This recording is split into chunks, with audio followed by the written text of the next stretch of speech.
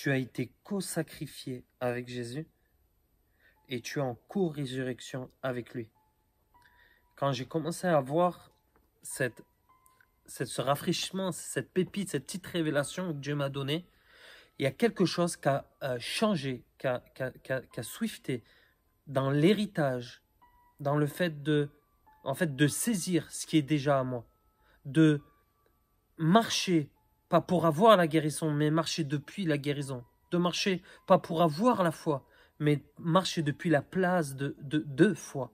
Et en fait, j'ai réalisé que souvent, nous cherchons et nous travaillons pour notre héritage, au lieu de travailler à notre héritage.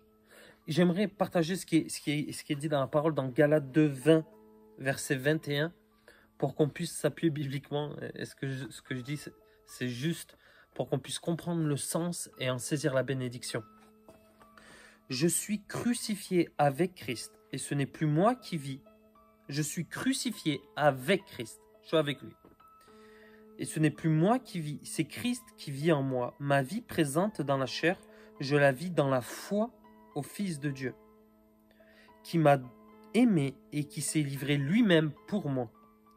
Je ne rejette pas la grâce de Dieu, car si la justice s'obtient par la loi, Christ est donc mort pour rien. Il y a une première révélation, une première pépite. Pourquoi? Parce que oui, Christ est mort pour nous afin qu'on ait la vie éternelle. Mais Christ est mort pour nous afin que dans le jugement que nous allons recevoir, nous étions tous sanctionnés éternellement à demeurer et à être en enfer. Mais Christ est, oui, il est venu pour nous, mais pas simplement pour nous. Il a pris le jugement, l'acte qui était rédigé contre nous. Et il est mort et ressuscité, ça on le sait. Mais quand on met notre foi dans le passage que Jésus a fait. Il est mort et ressuscité avec Dieu, afin que par la foi, nous obtenons les bénéfices, l'héritage de ce que Jésus a fait pour nous.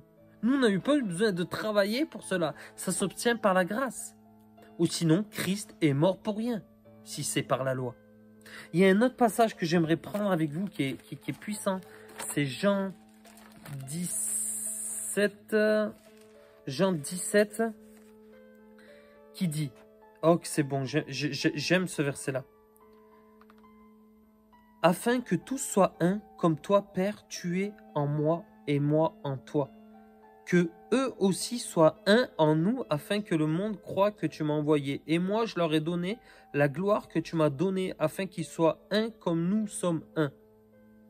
Moi en eux et toi en moi, afin qu'ils soient parfaitement un, et que le monde connaisse que tu m'as envoyé et que tu les as aimés comme tu m'as aimé. Alors je sais que souvent le discours c'est nous ne sommes pas comme Jésus, toutes ces choses, et il y a une réalité, c'est que nous avons du chemin pour être comme lui. Mais là, il est clairement dit que nous pouvons devenir un, comme lui il a été un avec le Père, nous pouvons devenir un avec lui, comme eux ils ont été un, nous pouvons être un avec eux. Afin, et j'aime cela, afin que le monde connaisse que tu m'as envoyé. Alors il y a une proximité avec Jésus qui nous permet réellement de le ressembler. Vous savez, il y a tellement d'enseignements sur on ressemble pas, on ne peut pas être plus grand que le maître, ça c'est clair. Le serviteur ne peut pas être plus grand. Il est dit, vous ferez des plus grandes choses que lui. Mais il n'a pas dit que nous serons plus grands que lui. Ça c'est vraiment un point, peut-être je ferai une autre vidéo sur cela. C'est vraiment un sujet important. Mais il y a un héritage. Quand nous voulons marcher dans la guérison, voir le surnaturel de Dieu, voir Jéhovah Jireh, l'éternel qui pourvoira, Jéhovah Rapha, l'éternel qui guérit, Jéhovah Roi, l'éternel est mon berger. Il y a une puissance dans son nom, pas juste dans ce qu'il fait, mais dans qui il est. Et il y a un héritage à saisir de cela. Mais souvent, oui, Jésus a fait les choses pour nous.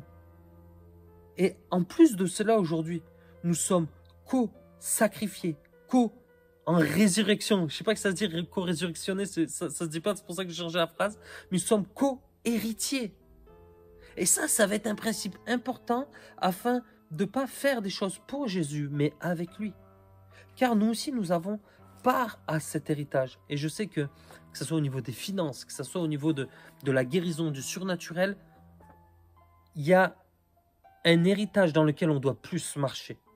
plus réaliser, plus marcher d'une façon pratique, pragmatique. C'est clair, mais la réalité est là. Et j'ai envie de t'encourager aujourd'hui à comprendre que Jésus a fait les choses pour toi, mais maintenant tu es avec lui, tu es un. Et comme tu es un, eh ben, tu prends part à ce que lui a pris part. J'espère que ça t'encourage.